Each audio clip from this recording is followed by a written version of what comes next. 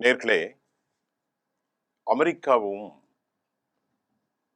ஈரானுடைய போருக்கு முன்பு நேற்று அமெரிக்காவில் ஒரு பெரும் சாதனை.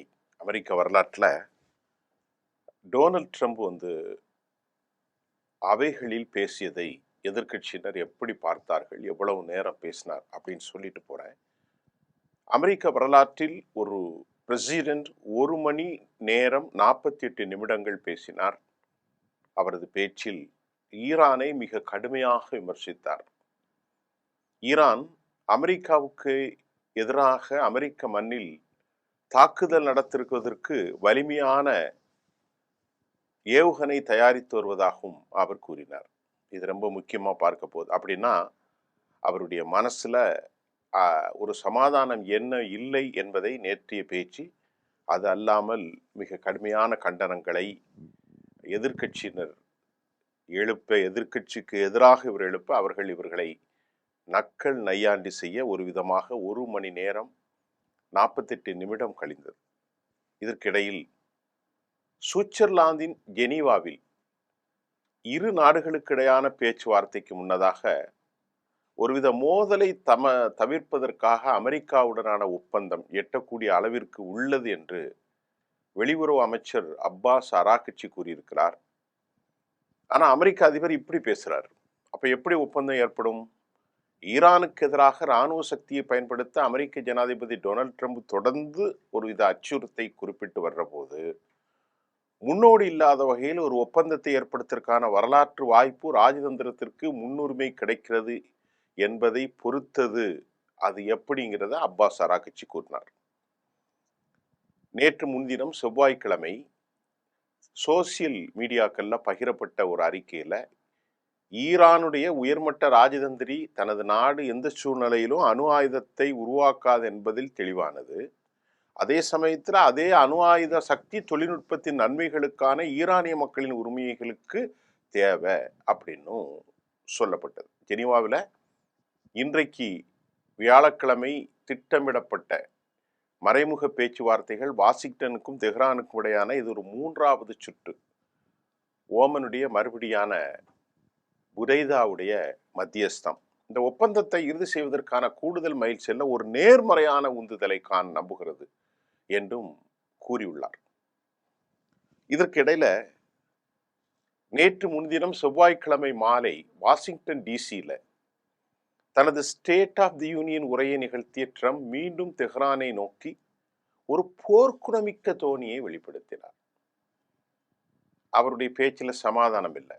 ராஜதந்திரத்தை தான் விரும்புவதாக கூறினாலும் விரைவில் அமெரிக்காவை அடையக்கூடிய ஏவுகணைகளை ஈரான் உருவாக்கி வருவதாக குற்றம் சாட்டினார். அதான் நான் முதல்ல சொல்றேன்.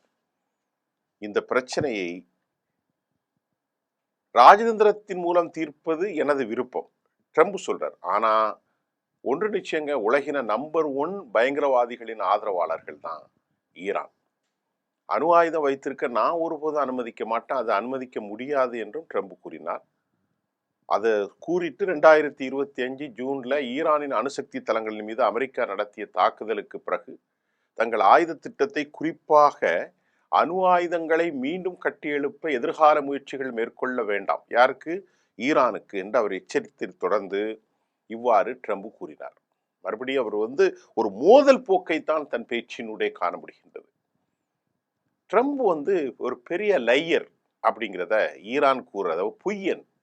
அமெரிக்காவை தாக்கும் நோக்கத்தில் நாங்கள் ஏவுகணைகளோ தொழில்நுட்ப சாதனங்களோ ரகசிய திட்டம் எதுவும் எங்களிடத்தில் இல்லை, இது வடிகட்டிய பொய்.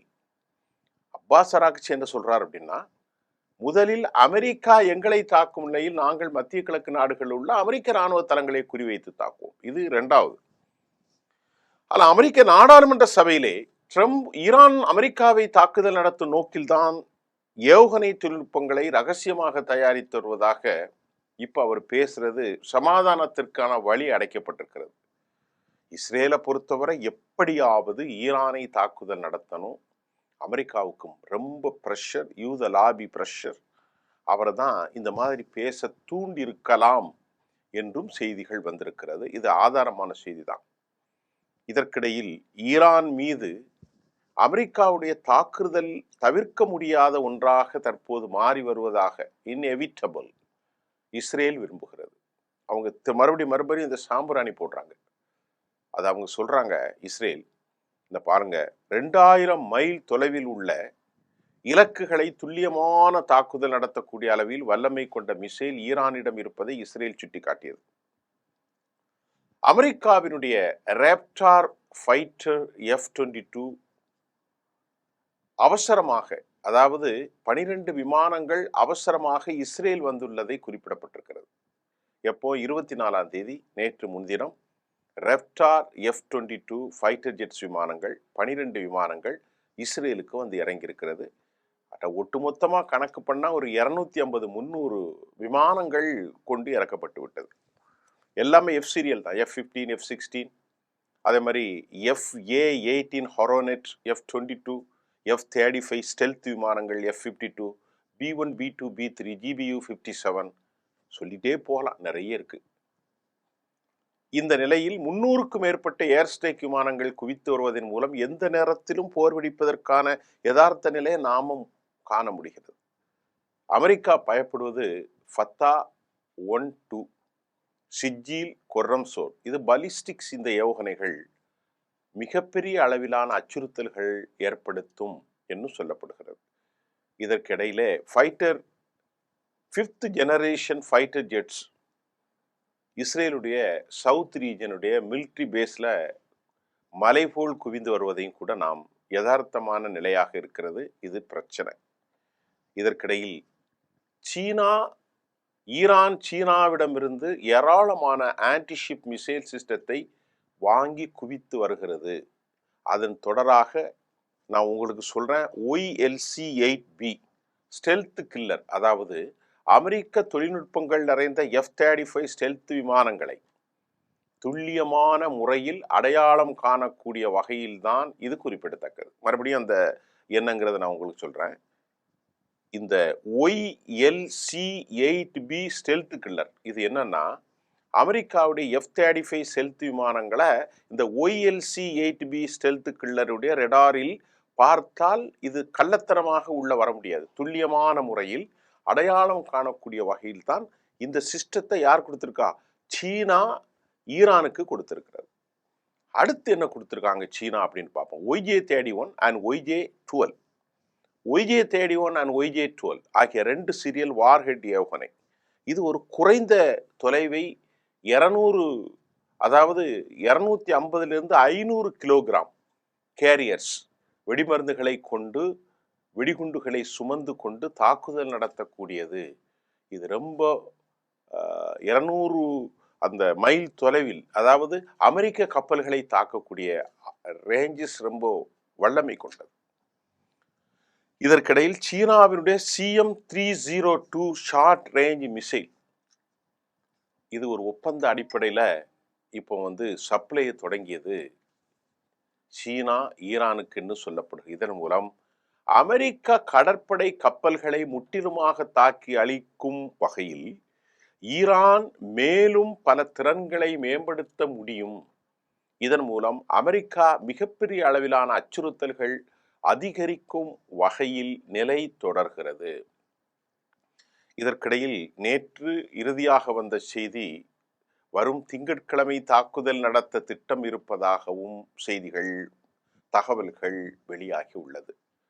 இதற்கிடையிலே நாம் ஏற்கனவே சொன்ன மாதிரி OLG-31, OLG-12 anti worship missile system ரொம்ப முக்கியமாக குறிப்பிடத்தக்கது. 12 நாட்களில் நடந்த போருக்கு பிறகு சீனா உடனடியாக ஈரான் ஒப்பந்தத்தை மேற்கொள்ளப்பட்டது.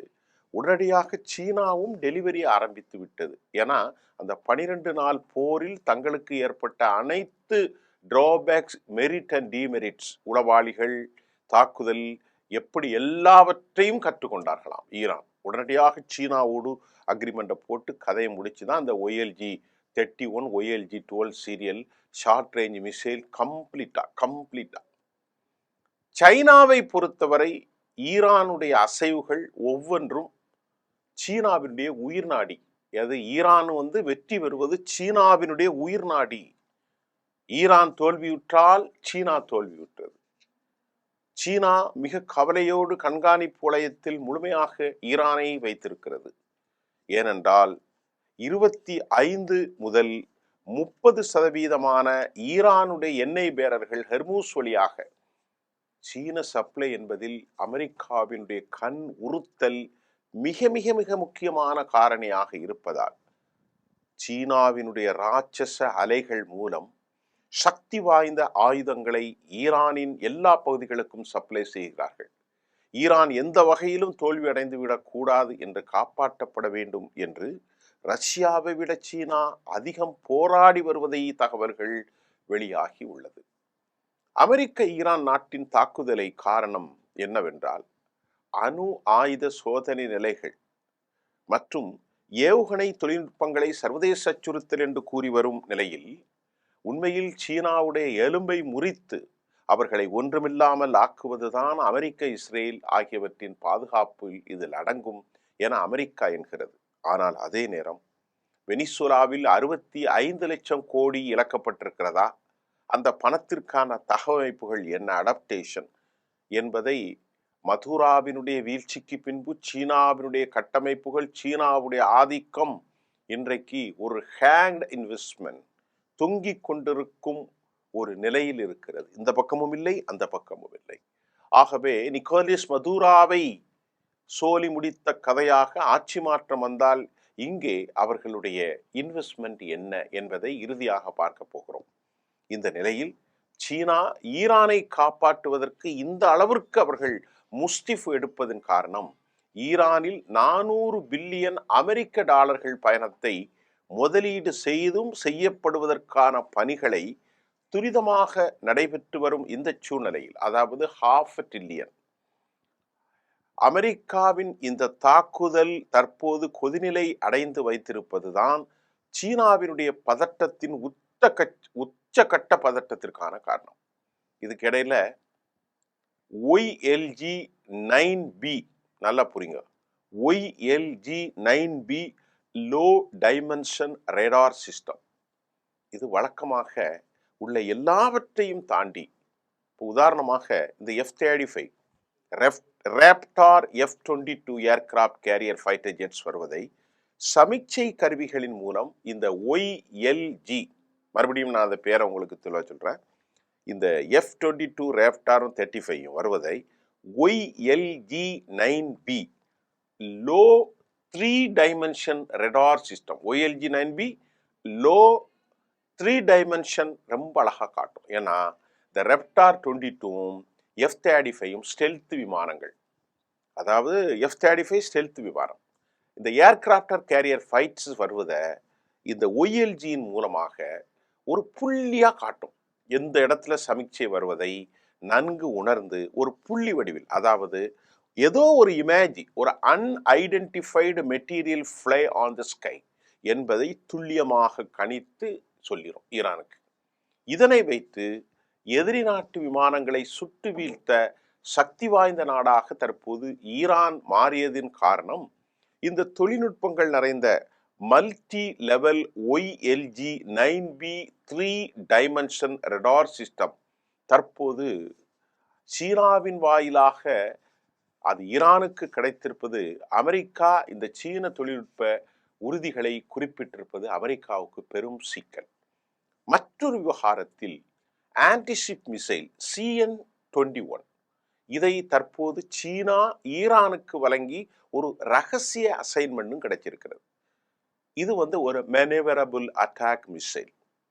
இந்த ஆன்டிஷிப் மிசைல் மூலம் 500 kilo warhead maths sound speed மூலம் கடலில் இருக்கும் சக்தி வாய்ந்த ஷிப்பை தாக்கி அளிக்கும் வல்லமை கொண்டதென்றும் குறிப்பிடப்படுகிறது. இதனையெல்லாம் விமானங்கள் மற்றும் கப்பல்கள் மூலம், இதை வைத்து விமானங்கள் கப்பல்கள் மூலம் தரைப்பகுதியில் இருந்து எழக்கூடிய வல்லமை கொண்ட மிசைல் சாதனம்.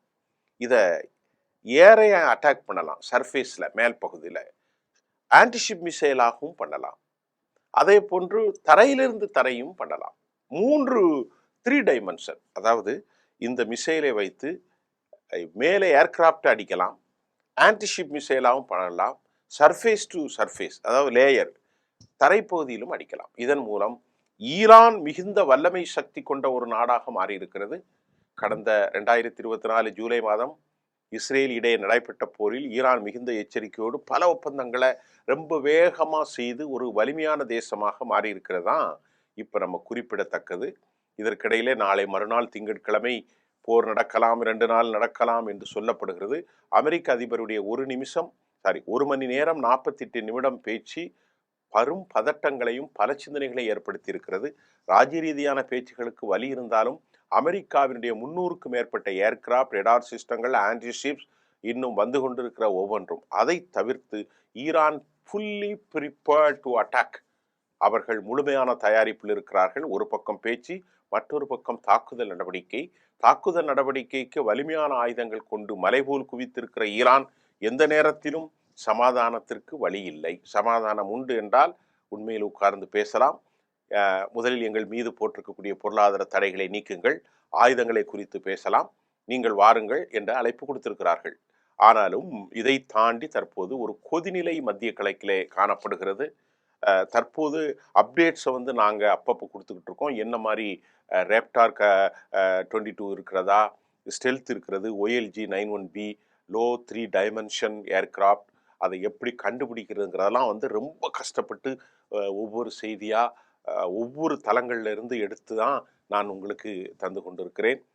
நீங்கள் அதை கவனமாக பாருங்கள். மீண்டும் நாளை புதிய செய்திகளோடு உங்களை சந்திக்கின்றேன். நன்றி.